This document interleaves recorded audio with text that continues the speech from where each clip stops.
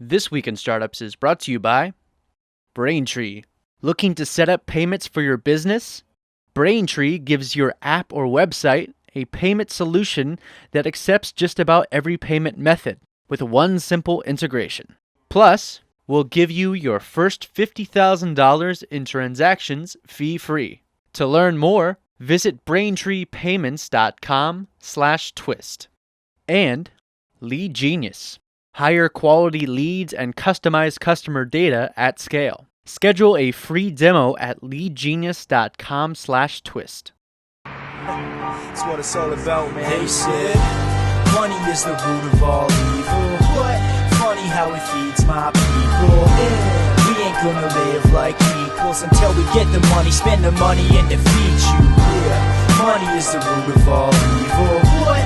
Funny how it feeds my people. Yeah. We ain't gonna live like equals until we get the money, spend the money, and defeat you.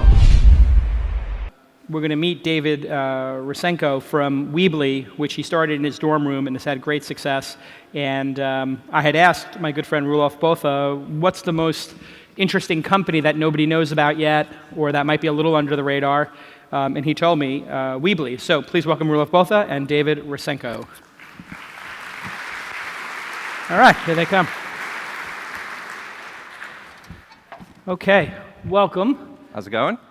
So David, tell me, when did you start Weebly? And it's gotten quite big. So when did you start it, and how big has it gotten?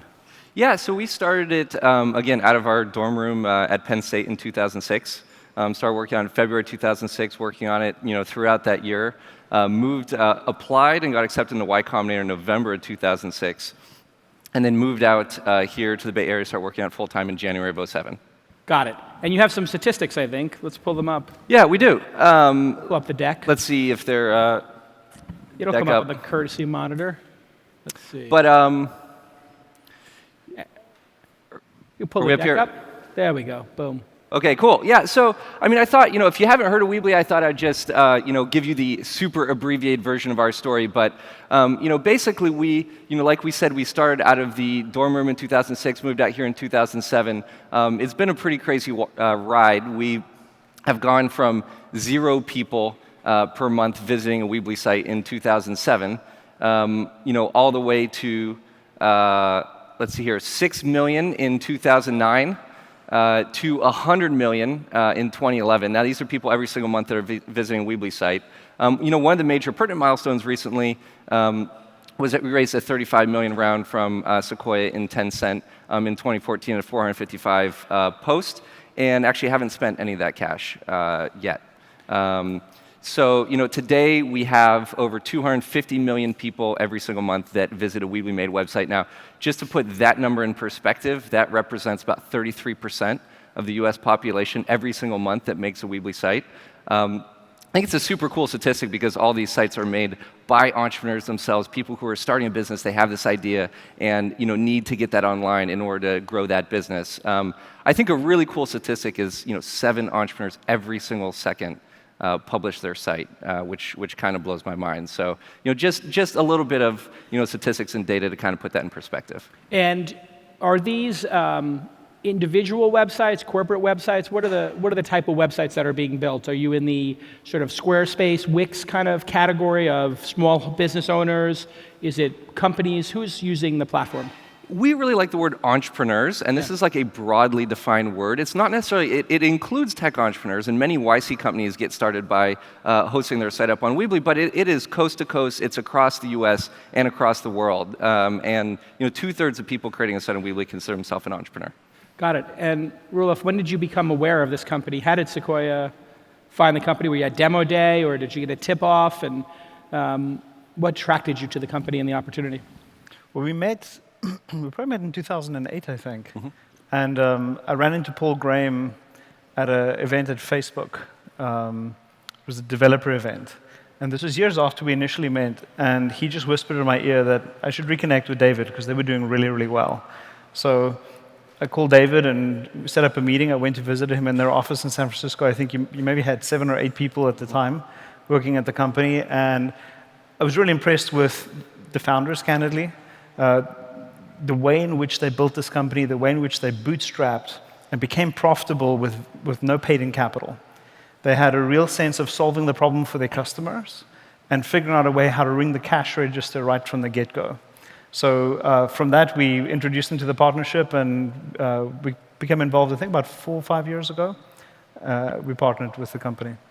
And how many people work there now, and what's the revenue like? Is this tens of millions of dollars now in revenue? Yeah, so now we have 300 people that work at Weebly, and like we said, cash flow positive. Haven't spent any of that 35 million yet, so you could, I can't talk about specific revenue numbers, right. but you could do some basic back of the envelope. If you're math profitable there. with that many people, you're making tens of millions of dollars. Suffice it to say, what was it that you were originally trying to solve for when you started the business? Yeah, so when we started the business, it was just like this really basic problem, which was we thought it was way too hard to build a website, right? And that was the kernel of the initial idea. At Penn State, I remember several of my friends were trying to create a website, and a lot of people have heard over the years, oh, website, that sounds super 1995. Right? Like, this is a solved problem, there are tools, but the tools were pretty awful. It was like Dreamweaver or Front Page, you had the SFTP, there's all these little things that were just truly awful about the process. So that was the kernel of the idea. We took that, it started working really well, and then we expanded that into e-commerce. So now a really big piece of what people do on Weebly is create an e-commerce store. Our main thing that we focus on and always have is just the ease of use. So making things super, super easy, because we believe that when things are easier and easier to use, it actually opens up the market to a larger and larger number of people. And what do people pay? They pay per month, $10 a month, $5 a month, $20 a month? How do you make money? Yeah, so it starts at free, so it's a freemium business model, which is super interesting. And a large majority of people are free. And then those who choose to pay for the upgraded services, anywhere from $8, $16 to $25 a month. And when you look at a business like this, Roelof, what is the typical way they get their first 1,000 customers, 10,000 customers? Because that seems to be the hardest, is getting those first couple of hundred, first couple of thousand customers. When you look across YouTube, which you found that as an investment, you were the first investor there. Tumblr, you were one of the early investors there. What is it that those entrepreneurs do to get those first couple of hundred customers, in your experience? They build great products. Yeah. Seriously, one of the things we often look at Sequoia in looking at an investment is whether the company needs to go find its customers, or whether the customers will find you. And when you have a unique solution to an important problem for a customer, they will find you.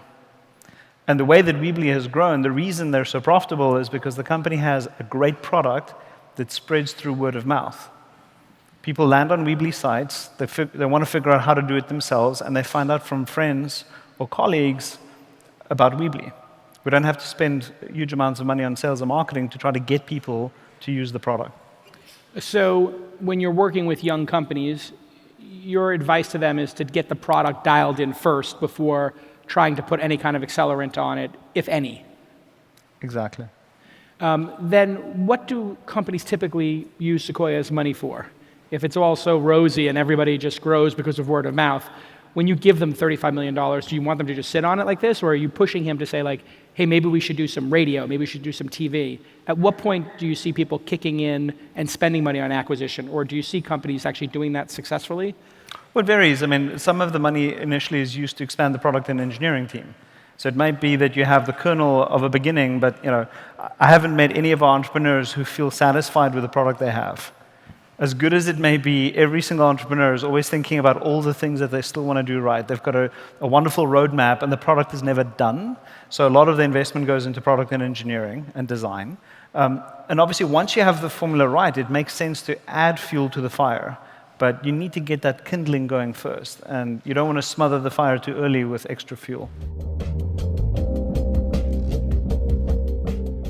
Let me tell you a little bit about Braintree. It's a full-stack payment solution for all your payment types for your customers. Yes, you can do mobile payments fast, easy, seamless, and secure. And you can add it to your apps with just a few lines of code, and then you'll be able to accept Apple Pay, Android Pay, PayPal, Venmo, credit cards, and of course, Bitcoin, everything. And if some other new way to paid people comes along, you know the Braintree team will support that too. Developers love it, founders love it, because it's got superior fraud protection, fast payouts, and continuous world-class support. You'll have fewer abandoned carts, more sales with Braintree's best-in-class mobile checkout. And their customers include, are you ready for this? Uber, Thumbtack, Hotel Tonight, Airbnb, GitHub, and StubHub. And I'm an investor in 2 of those 6 companies. And you'd be in good company to be in that class of companies. Well, here's a call to action, everybody. They're going to give you $50,000 in transactions fee-free. Yes, that's for the people who are on the This Week in Startups audience. If they go to BraintreePayments.com/twist. BraintreePayments.com/twist, and you'll get $50,000 fee-free. You can't go wrong with that. Developers love it. It's easy to use. What more do you need to know? Thank you to my friends at Braintree for sponsoring independent media like This Week in Startups. Okay, let's get back to the program. Was there a moment, David, where the site started to tip over? I.e., was there a lazy Sunday type moment that happened on YouTube where, somebody uploaded something that became super viral? Anything like that? Like some specific website just went supernova because somebody linked to it from Reddit? Yeah, I mean, we've had our share of problems. Usually, actually, not related to scaling. Those have been the less difficult problems as far as popular content goes. Yeah. DDoSes in the early days were, a really big issue for us. I remember, Chris and I used to sleep at the data center, on the carpet floor, just like desperately trying to get this thing under control. We'd get under control. DDoS would go off next morning at 8 a.m. right back at us. So there have been these things, but But there have been positive moments, though, is sort of what I'm getting at. Is were there customers who you got who all of a sudden brought 1,000 customers or 2,000 customers?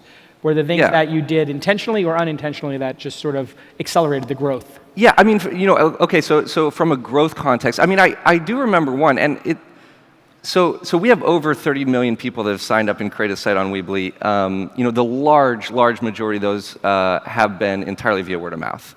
And the word of mouth just tends to happen person to person, very offline thing. It's not one of those viral loops or like some kind of trick that you like if you just knew the secret, right? Like it could be yours tomorrow. But it really is, I like to think about it just someone at a dinner party having a conversation. And, oh, wait, I know what you should use. You should use Weebly. But one really memorable early one was the Longonaut initiative. I remember very clearly it showed up, this is the first time I saw something on the front page of Reddit as I was browsing Reddit. And it was basically this story of this orphanage in Kenya, I believe, that had been attacked, and they didn't have any money to create walls. And so basically this aid group was trying to raise $2,000 to build some walls for the orphanage so that they could, protect the orphanage. And they created a site on Weebly to tell the story and to share that. And of course, in true Reddit fashion, it wasn't $2,000. I think it ended up being $100,000 plus. But just a fantastic story. And that was, I think, the first time I remember something, that we weren't a part of that had just sort of exploded and taken off. And what are the risks, Roelof, when you look at these companies when they start having early success? What is your guidance to the founders of how to keep it on the rails and how to keep it growing steadily? Where do people make mistakes? YouTube, it looked like, gosh, with the legal issues they had and some of the scaling issues, that business was at risk because of storage and a lot of things. What are the risks? Maintaining focus on the customer. I think it's very easy as your business starts to grow to be distracted by too many other things that seem like you're working or you're busy, but it doesn't actually make a difference in helping your customer. And I think that's the number one thing you should focus on initially. And what are the best ways and techniques you've seen for people to get closer to the customers, to get feedback from the customers? What are the best practices today that you see across your portfolio? Use your own product. Yep. Remember, there's another entrepreneur that we both know who made himself sign up for his own product every week because he wanted to test the sign-up flow himself relentlessly. Because he knew that if he didn't improve the sign-up flow, he wouldn't sort of ease the onboarding process. And it's very easy once you've been in the company for a while to say, well, I don't need to deal with that anymore. I'm the CEO now. I'm doing other things. But to stay very grounded in understanding your product, which is what David does.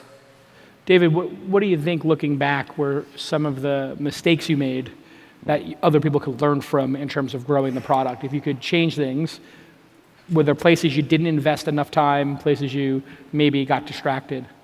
Yeah, I think so. So I think there's effectively only two hard problems in doing a startup. The rest of it's relatively easy, all things considered.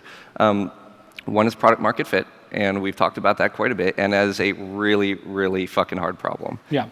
It's really difficult. Number two, I think, is growing the team thoughtfully, right? And so I think that's where you hear a lot of war stories as well, is around growing the team. I think, one of the things I look back at, and I think one of the big mistakes we made is, there's a certain point in time when we let the business and the company get out of whack. So I define these things as the businesses, we run these internet businesses. They're kind of weird, right? So you can't reach out and touch the business, right? Like the best thing you can do maybe is go to the data center and touch the servers, but what happens is you push code, you deploy code, and then money shows up in your bank account, right? Like it's like very intangible. That's the business, right? And it kind of grows. And then you have the company, and that's everything that's super tangible. So it's your office space, it's your team, it's everything you can feel. And I think we got a moment in time when the business was really taking off, and we were super, super proud of having a small and efficient team. And I think what we should have been doing in that time is recognizing we should have been hiring a little bit more quickly. So I think there was a moment in time. On the other hand, hiring too quickly is a very common pitfall as well. So I think you need to be very thoughtful of making sure that the business and the company are aligned. Is being in San Francisco now a gating factor for your company, given that it's $3,000 or $4,000 a month per room here? I mean, and the talent wars are just absurd. What are your thoughts on running the business in San Francisco? Yeah, good question. We were one of the first, I think. It's funny, if you look back, there was a VentureBeat article from 2007 saying, YC company decides to move to San Francisco instead of the Valley, new trend. It was a new trend, yeah. Yeah, but for us, it was just we were younger and we wanted to live in a cool place and wanted to live in the city. I think throughout the years we did have a hard time hiring people in San Francisco, and we mostly have hired people from outside of San Francisco and convinced them to move to San Francisco. That's been a pretty easy pitch.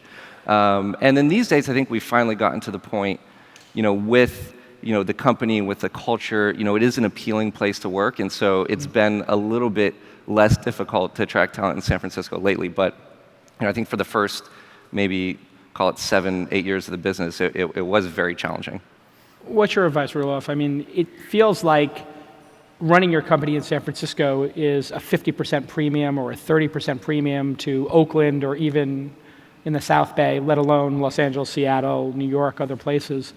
And you've been doing this for a long time. I mean, you started as the CFO of PayPal. Does it feel like San Francisco and the cost of living here and the cost of running business here is starting to tip over into maybe not being worth it or being a gating factor? I'd say the only reason it's not worth it is if your business doesn't really depend on product engineering, talent, and being distinctive at that for the success of your business. Because then it's not worth paying the premium to be in San Francisco. But in general, in economics, there's this whole study what they call clustering. Industries cluster. There have been so many attempts to replicate Hollywood elsewhere, hasn't worked. There have been attempts to replicate Wall Street elsewhere, hasn't worked. Or to move the fashion industry out of Milan or out of Paris, hasn't worked. So there's this tendency for industries to accumulate, and the skills that people have, the density of talent, is just too great to overcome. And people often think about it just from the first order, that it's finding engineers and product managers and designers, but it's much, much more than that. It's finding lawyers who understand startups, real estate people who understand startups, venture investors, finance people who can work at your company who are sympathetic and understand startups. So the layers run so deep that it's very hard to replicate and transplant Silicon Valley elsewhere. When people have been trying to do that for 20 years all around the world, and it hasn't worked. It's easier than ever to start a company elsewhere, admittedly, but I think San Francisco and the Bay Area still retains a huge advantage. And what are your thoughts on the number of startups today? I'm curious, since we have you here and you're a major investor. Too many companies today, too many to sort through. I mean, what qualifies for an A round seems to have just gone higher and higher and higher. 6, 7, 8 years ago, you could do an A round based on somebody having an interesting product. or an interesting idea. Now it seems like you have to have traction at the A round. Yeah, but the opportunity set is so much larger today than it was before. I mean, I think back to when we were at PayPal, and the number of people on the internet around the world was around 200 to 300 million. Right? The number of people who can access the internet today is an order of magnitude greater. I mean, the internet population has probably more than doubled since you started Weebly.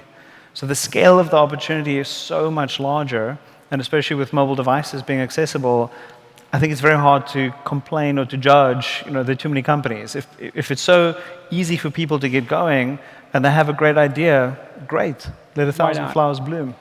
And I think there's actually an interesting point, though. One thing I try to remember all the time is to keep a little bit of perspective. To give you a little bit of perspective, when we raised our A round, it was a $650K round at a $2 million pre. And that was considered like pretty good. That wasn't considered the best that what ever happened in 2007, but that was like above average. So I think it's also kind of helpful. These days that would probably be a 20 million pre. And what's next for the company now that you have 300 people working there? You've got 250,000 people visiting the sites, tens of millions in revenue. What does the next 5 years look like? And what do you have to do as a first-time CEO? Unless you did a startup in high school, which is quite possible. I did, but okay. It was very small. It failed? Yes. Or you just sold it for 10 million? Nope. Okay. So now that you're on your second business, what do you have to do as I'm guessing you're 27 or 28 years old now? 30. You're 30, so now you're 30. What do you have to do, and how do you have to improve as a founder now to sort of make the jump to the next level, which is going to be, hey, this company could possibly go public, this company could raise $100 million, you could have 1,000 employees, and you could be, in the sort of realm of the Twitters or WordPresses of the world, right? It seems like you're right behind WordPress, and then they're right behind, like, say, a Twitter or something. Yeah, I think, so the 5-year question is really interesting. Here's how we think about it.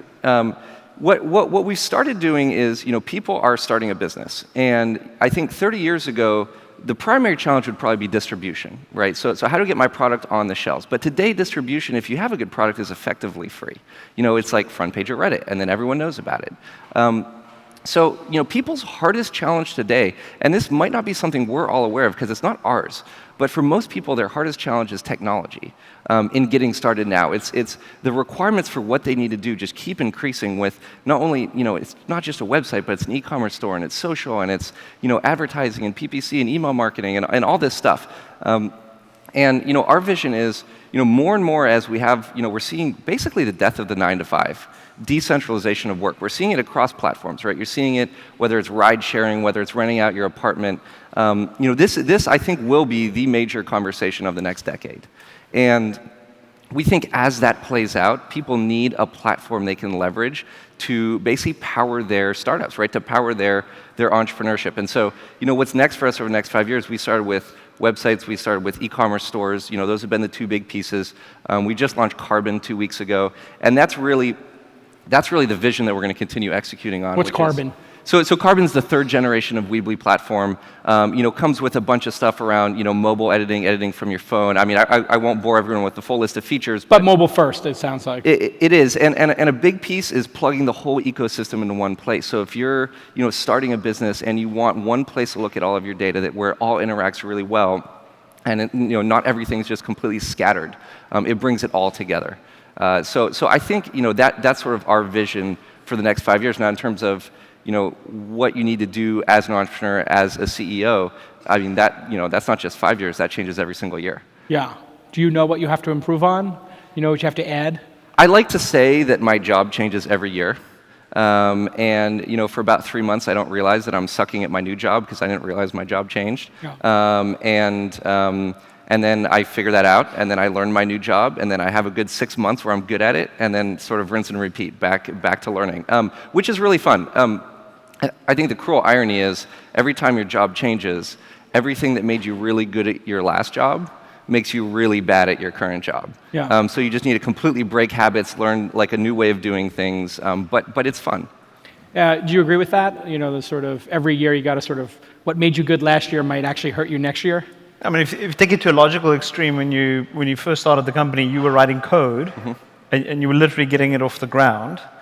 And at this point, you are a leader and a manager of the company, and you're not coding every day. So, those are two extremes, and there's all these gradations in between where David has grown as a manager, recruited a team, delegates authority. He has to inspire, he has to lead, but he can't be in the weeds of every single detail because otherwise the business won't scale. And that's very hard for a lot of founders to do. Let me ask you about a founder who is recently scaling quite dramatically. You're on the board of Square still, I believe. Jack went across and took a second CEO job. Were you in favor of that? And what were your thoughts on it? I can't comment on that. You can't comment on that at all? Well, what do you think of Jack as a leader and his sort of... I beg your pardon? Jack as a leader, just in general, and how he's grown over the last years. What are your thoughts? I think he's phenomenal. What's that? I think he's absolutely phenomenal and inspirational. He has an incredible blend of creativity and hard skills. If you look carefully at a photograph of him, you'll notice that he has a tattoo in his forearm, and it's a tattoo of an integral, which to me is a very interesting juxtaposition of someone who, What is it a tattoo of? Of an integral in mathematics. Oh, wow. Like to integrate a function. Yeah. Like, there are not many people who have tattoos that know what an integral are, or vice versa. Yeah. And I think it is a very interesting combination of what makes him so unique. It does seem like taking on 2 full-time jobs has only been done by one other person who was previously somebody you My worked boss. with. Your previous boss, Elon Musk. How difficult is it to run 2 companies like this? I think it's very taxing. It's very taxing. But I think the key, and even if you look, when I speak to Elon, the key is to look at the results. That's the thing we should focus on. So we'll see. In a year, it looks like he's already making some great progress. And Square has been doing pretty phenomenal, huh? As a company? Comment. Oh, you can't comment, right. Oh, right, there's things going on. All right, listen, David, continued success with the company. Thanks for coming and sharing. And Roelof, continued success finding great entrepreneurs and supporting them. Sequoia is just really the gold standard of venture capital, and it's been great to be associated with the firm all these years. And how great of a board member has he been? Phenomenal. I mean, pretty great, huh? Yeah, couldn't ask for better. All right, there you have it. Let's hear it for Roelof and David. Hey, everybody. Let me take a moment to tell you about Lead Genius. This is a great company. I love it so much because we use it here at launch. We have made tens of thousands of dollars in profit using this product. And I love it so much that I invested. What is Lead Genius? Lead Genius allows you to, very simply, augment and make your sales team bionic by having them get better leads, more leads, reactivating leads, and taking the bottom third of what salespeople do and hate and outsourcing it. Listen, your sales executives, these high-priced people who you're paying, in some cases 6 figures, some cases, even higher, they don't want to sit there all day and put their data into their CRM system, their customer relationship management system. They don't want to hunt and peck for leads on LinkedIn and AngelList and Crunchbase. They don't want to do all that work. And that work is repetitive, and that work is hard, it's tedious, and there's a certain group of people out there who love doing it. And there's software and technology you can apply to that process that makes it more efficient. Well, that's what Lead Genius has done. And so for low hundreds to low thousands of dollars a month, you can create essentially a team that goes and looks at your CRM, and then they say, hey, you talk to these 3 people at the organization, we're going to update their information, and we're going to reactivate those leads. And they did this for us, and they reactivated a lead that wound up spending tens of thousands of dollars with us at one of our events. You can import all of this directly into your CRM or your marketing automation software. In other words, you can give them a login to your system. They're trustworthy. They have NDAs, all that stuff in place, and they can take these high-value leads and get them into your system. Stripe uses it. Weebly uses it. Signify uses it. We use it. Go to leadgenius.com/twist and get a free review and audit of your sales process. So they'll look at your entire sales process and say, hey, your lead gen could be optimized this way. Your opening email is lame. I would delete it immediately. Here's how you can make your opening email, your opening salvo better. Here's what a drip campaign is. Here's how to do it. They're going to do that audit for people who are fans of This Week in Startups for free. That's leadgenius.com/twist. If you're in the mode at your startup or a medium-sized company or even big company of starting to sell, you have to use Lead Genius. I'm telling you that you'll spend a small amount of money and you'll get a giant return. So they'll do this free calibration with 10 high leads for free as well. They're going to get you 10 really high leads for free. Go ahead and go to leadgenius.com/twist. High quality leads, better reporting, automation, segmentation. They do all this research. It's just low quality leads are a waste of time. You need the high quality leads. You need those Glengarry, Glen Ross leads. You need the good ones. And that's what Lead Genius does. That's why I invested in the company. And that's why I paid the company to help my sales team.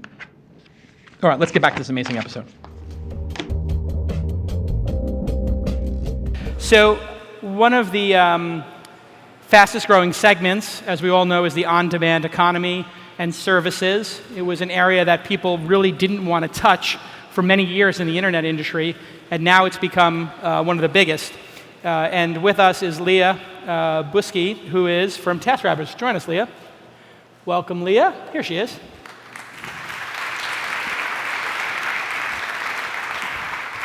All right. Hey. Thanks for coming. Thanks for having me. It's a pleasure. Busque is how you pronounce your last name? Busque, like a Busque. key. Got it. Yeah. Busque. Got it. It's a tough one. Now, you are the co-founder and CEO or That's right. of TaskRabbit. Yep. You guys have been around for what, 4 or 5 years now? 7. It's 7? I know, it's crazy. Wow, it's been a long It's going time. to be 8 years next February since I had the idea. Wow. Yeah. But take me back to that original idea.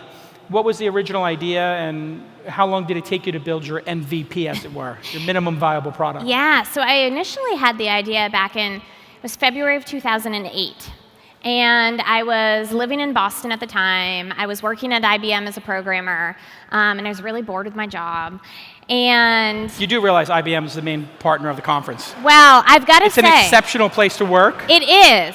and you learned a lot. I did. And it's actually one of the top places for women to work. And so it was a really hard decision to leave IBM, for sure. But I was bored. You guys. I was bored. Right. It's okay. It's okay. People could be bored at any company. That's right. Exactly.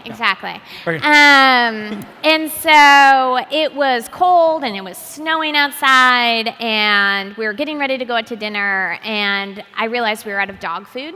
Mm-hmm. And at the time we had this 100-pound yellow lab named Kobe, who we kept very well fed.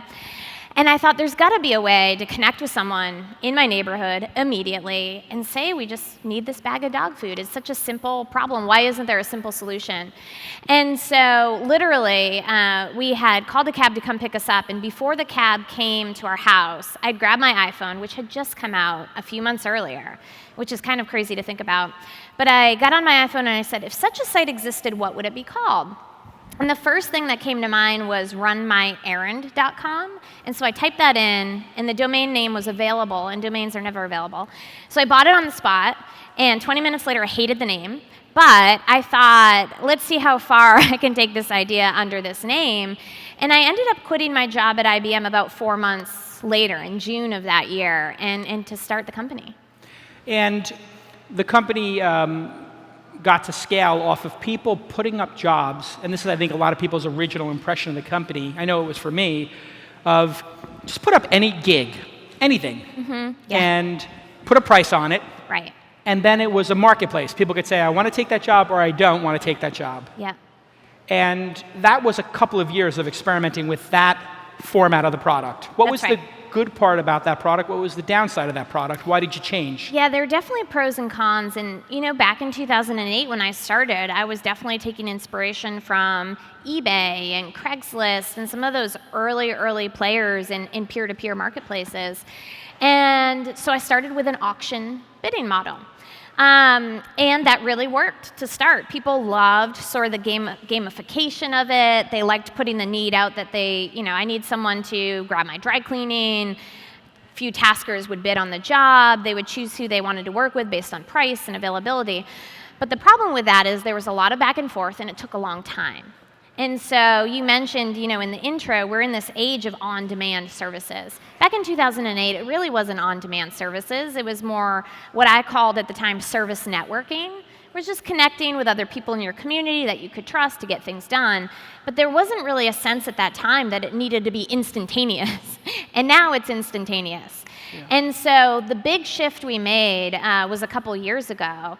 And we said, you know what? The consumer mindset has changed. The expectations are different, and we need to evolve. Instacart and Uber really put in people's mind that there's just somebody waiting there to take your order. It's not going to be a marketplace where people bid against your services. That kind of got taken out. Exactly. And even earlier than that, I think inspiration like Twitter, like you can put a question out to millions of people around the globe and instantly receive answers. Like it's just trained us to expect things to happen instantly. And I remember reading the New York Times story, I think it was New York Times, where they were super critical of sometimes people putting jobs up there at a low price. Yeah, so Talk about that. Because people were con- concerned about, oh my God, people are working for under minimum wage or something. Absolutely, yeah. And there was a problem sort of setting expectations between the client and the tasker when it was the auction bidding-based model, because a client would say, hey, I need you to come over and assemble this IKEA furniture. And a tasker would say, I'll do it for $50. And it seems like it would only take an hour or two, but then they'd get there and it would take 6 hours and they were only getting paid $50. And so there was definitely challenges in making the matches in the most appropriate way. And now you are focused in on a smaller number of categories. I remember opening up the app a couple years ago and it was like, wow, there's so many categories. Yeah. It was almost overwhelming. Yeah. What are the main categories now Yep. in TaskRabbit? Yeah, so when we made the big product shift, we changed two major things. One was we got rid of auction and bidding. We made it a straight booking platform, and we made pricing hourly rates set by taskers. So no more questions around how many hours they worked. But then the second thing we did was we narrowed the focus of categories into what I would call home services. So these categories, handyman, house cleaning, moving help, personal assistance, those 4 categories were making up about 80% of the business anyway. And then there was this long tail of hundreds and hundreds of crazy things that people were posting. And we thought, you know what, let's take this opportunity to really focus and double down on what's working. And we felt like if we did that, we could grow faster in those areas. And that's exactly what's happened. So it's no longer the platform where you can get anybody to do anything at any price. Right. It's you can do these 4 things mainly at these prices in this price range, but Right. the prices are still set by the providers. So unlike an Uber or a Lyft where they set a price, or I guess you had the one competitor that shut down that was doing home cleaning. What was that called that shut down spectacularly recently? HomeJoy. HomeJoy. Although they weren't letting their people set prices either. They weren't letting people set prices No, either. no. So why do you let people set prices? Isn't that cognitive load as well? You talked about the It is. cognitive load of the bid. It is. So why not just say, hey, cleaning services are $17.50, handyman or handy person is $22.50, whatever. Right. Yeah, it is the great debate, I would say, and it's something that is really important to us, and that is allowing our taskers to have control over their own schedule and their own pricing. They can accept and decline work at any time. And yes, it does add what people would call friction to the process, but that's okay with us because it allows our taskers to really be in charge of their own destiny and be in charge of their own business. And I'm not looking to build a house cleaning service. I'm not going to offer $19 an hour for 4 hours of house cleaning and think that that's a sustainable model. Instead, at TaskRabbit, we're really focused on how can we create a long-term sustainable workforce or a platform that can really scale up and people can make money and build out their own businesses on top of our technology. Right. So it's a really different focus, it's a different vision, it's a different mission. Even though to the consumer they're getting their house cleaned, on the back end of TaskRabbit versus other platforms, it's a very different way that we think. And what has the reaction been, I think, from the providers and the customers with the changes? Do people miss the old bidding system? And do customers just tell you, why can't you just give me one price for cleaning my house? Yeah. And well, certainly with any massive change like the one that we did, you're not going to make everyone happy, for sure. And that is something that we thought we understood, and then we really understood when we flipped the switch in July of 2014. But at the same time, the numbers really spoke for themselves. So taskers were making more money on the new platform. Clients are able to get jobs done a lot faster. And so we measure something, NPS. I'm sure you guys are familiar with Net Promoter Score. Yeah. And it really measures customers' happiness, their willingness to refer your product to other people. And I'll tell you, when we made the initial switch, NPS immediately on both sides of the marketplace went down.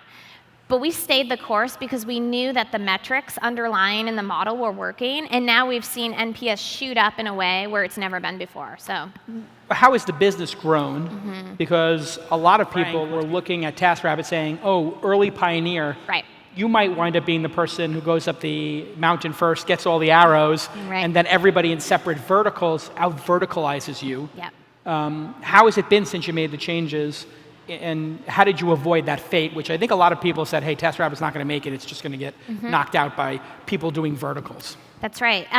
So a couple of things. So one, we've been really dedicated to a multi-category platform. So I think it's more interesting to build a platform where people can get jobs done and earn money across multiple categories than really verticalize a business. Now, that is a harder problem to solve. It is a bigger challenge, but that's okay with me because I think in the long term, it makes for a more interesting business.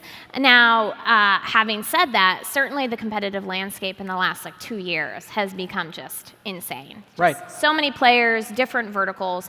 What we hear from our customers all the time is that they want a one-stop shop for all home services. So they want to be able to come to TaskRabbit in an on-demand way and get their house cleaner and their handyman and their groceries delivered by the same trusted network of people. So that's what we're really focused on. It has been, we've been the early pioneers since the beginning. I think more recently, a lot of the newer companies may have gotten a lot of sort of fanfare and hype, but we're seeing what's happening now, sort of with that play out. HomeJoy was sort of the first to not be around anymore. And what do you think? They sort of blamed the contractor versus full-time issue. Yeah. But it did seem to a lot of other people that they were executing not at the highest level and maybe pricing their product too cheap to get the top line to go up, but at the same time, maybe it was unsustainable. Is that your take on it? Yeah, my take is in building any business, your unit economics, they have to work. They have to work. And that's something we really focused on at TaskRabbit from the very beginning. And part of the reason we allow our taskers to set their own prices and we take a cut of every transaction that goes through the site is to help ensure that every single job that goes through is profitable, is unit economic positive. And so when you're, as a company, setting prices really low and then paying out your supply base sort of on the back end and you're adding a lot of discounts and promotions, the math just doesn't work in a long-term sustainable way. And so, I do think the regulatory issues are real, but my take is the regulatory issues are not what's going to kill a business like this today. Let's talk about the regulatory issues in general and in specific in relation to what you're doing. Yeah. Everybody knows 1099 is the category of people who are self-employed, and then W-2 are people who are employed by a company. Right. So where do TaskRabbers fall on that scale? They're all 1099? They're all 1099 independent contractors. Got it. And the test for that is they make their own hours, set their own prices? That's part of it. There's actually a 20-point checklist on the IRS website that we have been very familiar with from the beginning. Yeah. And part of it is pricing, part of it is setting schedules, part of it is allowing them to message themselves with their clients. And have you guys gotten in any sort of lawsuits about it or yet? Nothing? We haven't. And so here's a couple things I'll say about this. So one, we are really the only marketplace in the services space that has built out the infrastructure and architecture to allow taskers to have control over pricing, over schedule, accepting and declining work, messaging, communications, all those things. That took a lot of time to build. That's not an overnight, you turn it on, you build it. And so we invested heavily in that piece of the model because we knew that in the long term, there were going to be issues like this from a regulatory standpoint. And so a lot of the other companies that have started very quickly and scaled up really fast haven't had the time, frankly, to invest in that infrastructure, right? I think the real issue here is if you're a W-2 employee, that comes with traditional benefits. If you're a 1099 contractor, there's a lot of things that you have to do for yourself, including healthcare and insurance and workman's comp and all these things, Your right? retirement. Retirement, exactly. So what we've been really focused on, really from the beginning at TaskRabbit over the course of the last 7 years, has been figuring out how can we create this independent contractor network that also has access to extra benefits. So for instance, we've partnered with Stride Health over the last 3 years to offer discounts on health plans, health insurance. We offer discounts on transportation, on cell phone coverage. There are new companies forming that are focused on retirement and 401ks for independent contractors to take with them from site to site. So, Does your group of taskers want to be employees, or do they want to change yeah, it's a great question. their employment status week to week, month to month? Because when I talk to a lot of, let's say, ride-sharing drivers or even some of the folks in delivery, they like the flexibility of, I can go take a 10-day vacation or a 4-day vacation, then I can work 12 hours a day for 10 days. And they like defining when they work by just turning on an app. That's right. Is that the same experience you're having? What percentage of them want to be 1099? So we recently surveyed about 30,000 of our taskers, and we asked them what was important to them. Was it making money? Was it flexibility? Was it, a couple other things? Overwhelmingly, 67% named flexibility as their number one priority in being part of the platform. So that told us, okay, we need to ensure that we can continue to offer this level of flexibility so that people are happy with the work that they find here. So do you think there'll ever be a new category of work, maybe? Because it does feel like some percentage of them are working over 40 hours a week, I would think, in the network. They're getting that much work. So kind of feels like it's, in terms of just raw hours, it is full-time in terms of raw hours, but in terms of setting your price and having the flexibility, it's not. Right. Does there need to be a third category for people who become so tied? Maybe is it the top 10% of people break 40 hours a week? What percentage break 40 hours a week? Yeah, there is a top 10% that are doing this, I would say, full-time. They're doing 2 to 3 jobs a day. They're cashing out upwards of $8,000 every single month. I know a lot of people are talking about this third classification of worker, and I don't know what's going to happen with that. I think that there is a need to really think about, at a government, at a policy level, what does the future of work look like? And how can we as a government, and how can we create policies around what our community, what our people want, what they're looking for, this flexibility that they crave, right? So I don't know if it's a third classification. I don't know if it's something else, but I do think that this conversation is really important. And it's a conversation, actually, we're very much involved in. Stacey, our COO, was just at the White House last week. President Obama had a summit on labor.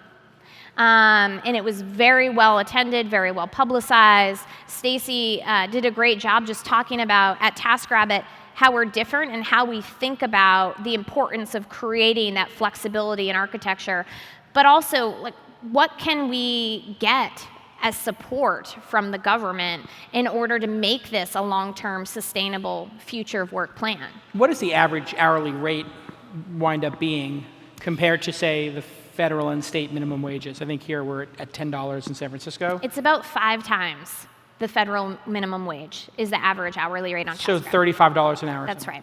So this idea that people are being abused or taken advantage of in some way, when compared to, say, what Walmart or Starbucks or other people are paying in their stores, is kind of ridiculous, isn't it?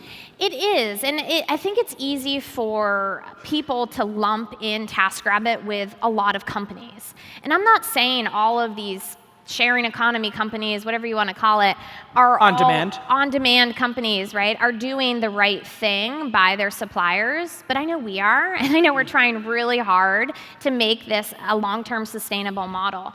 So I think that we do get lumped in sometimes with a lot of other companies that probably, in my opinion, aren't making good choices around that.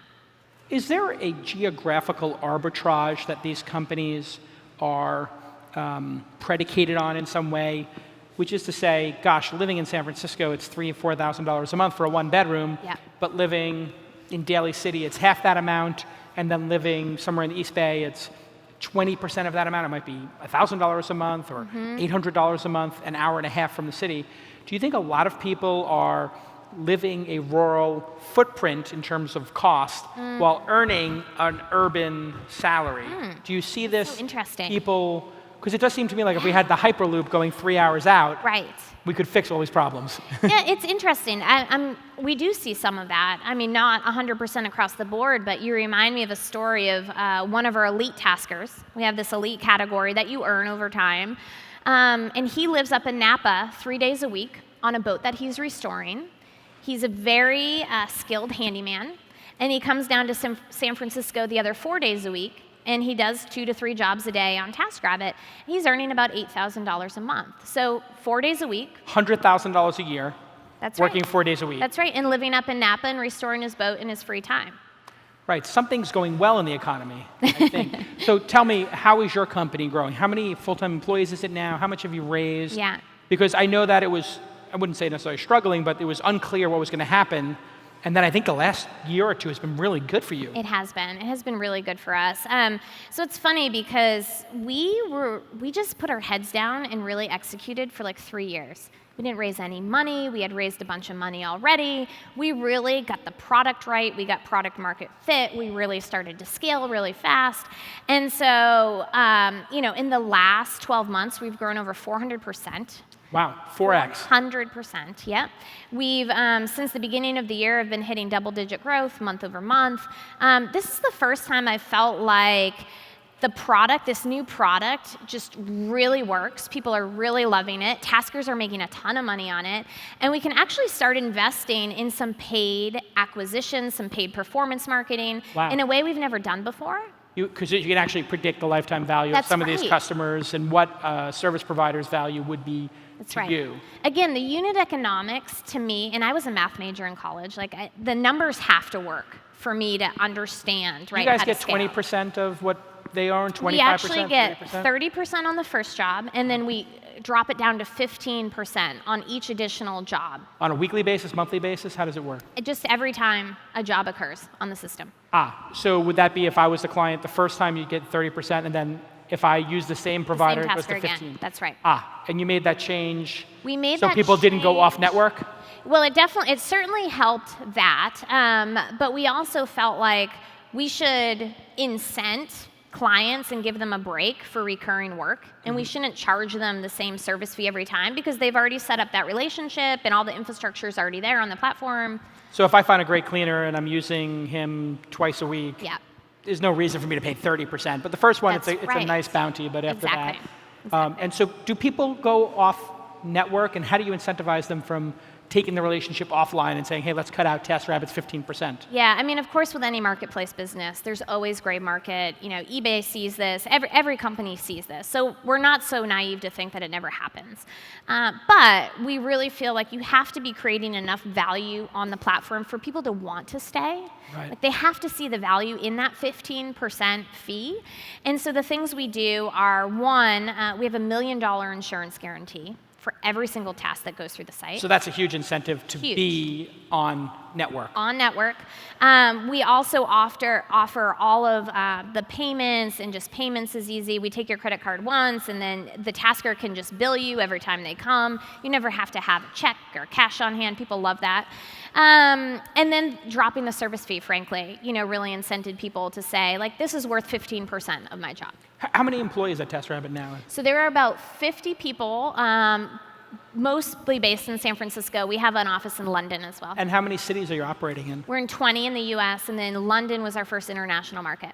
And how close to profitability can you get there on what you have? We can. We're pretty close. Really? Yeah. Is that the goal now with the economy a little bit shaky? We saw a correction in the stock market, and maybe people said, hey, these late-stage financings, maybe they're not going to happen as easily.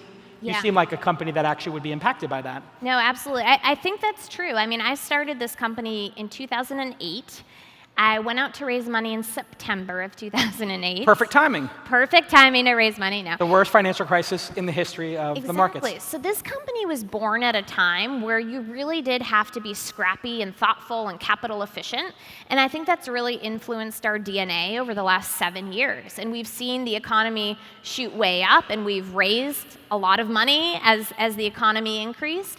And we've always kept in mind, though, the efficiency around around our model and positive unit economics. And so now we're at a point where we are within shot of profitability on what we have, which is really exciting as an entrepreneur to be able to see that path.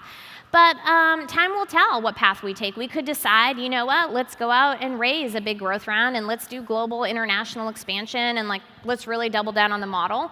Or we could say, you know what, let's make this a really self-sustaining, self-fulfilling business that's a massive market in and of itself. And you've given yourself that optionality. We have. Which is pretty wise given the unknown nature of what could happen in the next year. That's right. What do you think is going to happen? I mean, as entrepreneurs, we sort of see this little bit of fear, a little bit of optimism, and everybody knows, hey, maybe the party's gone on a long time. Yeah. Do you think the music's going to stop? Do you think the buffet's closed? Well, again, having started this in 2008 at sort of the bottom, 7 years later, it feels like a cycle-ish to me. So I think there will be consolidation in the next 12 months. I think that we may see more home joys in the next 12 months. Yeah. I think people really need to understand how they can get their businesses to a self-sustaining, profitable path sooner rather than later. And if you don't have to rely on that next round of investor financing, I think that's a great thing. All right, on that note, let's hear it for Leah for being so honest and transparent. Continued success with it.